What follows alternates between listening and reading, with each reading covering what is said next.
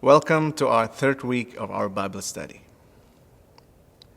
As we journey into the story of Job, we'll learn that Job knows that his traumatic experience is a test of his faith and not a punishment for his fault. But Job's friends insist that Job suffer because of his sins or his fault. In the eyes of Job's friends, bad things don't happen to good people. So instead of joining in solidarity with Job's suffering, his friend judge him. So many times in our journey following Jesus, we cannot see how God is working in our life. But as a believer, we know that He has a good plan for us all.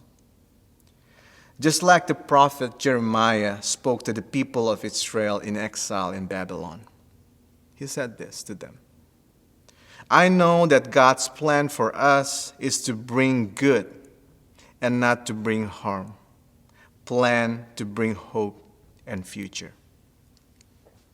Paul said the same thing to Christ's follower in Rome. We know that all things work together for good to them that love God, to them who are called according to His purpose. So the good news is we are not alone in the midst of our suffering. Besides the presence of God, we also have the community of believers, that is, the church.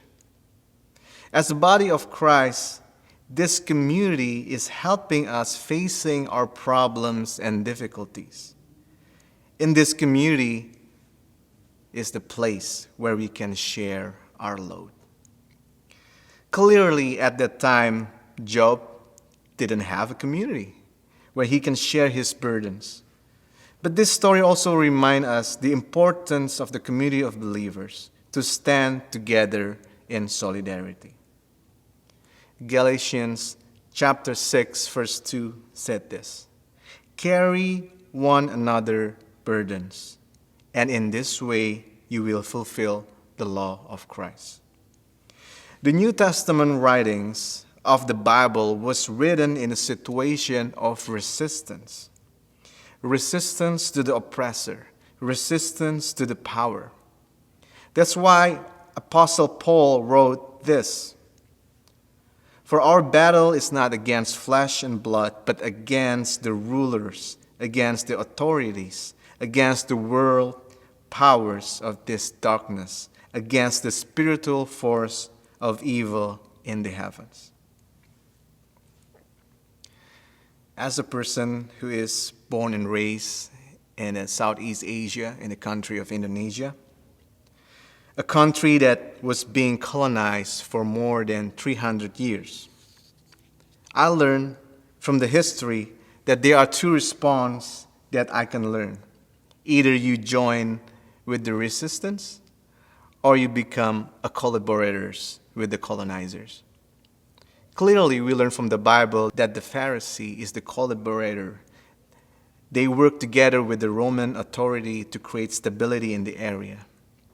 And on the other side, we have Jesus and his disciple who were doing peaceful resistance.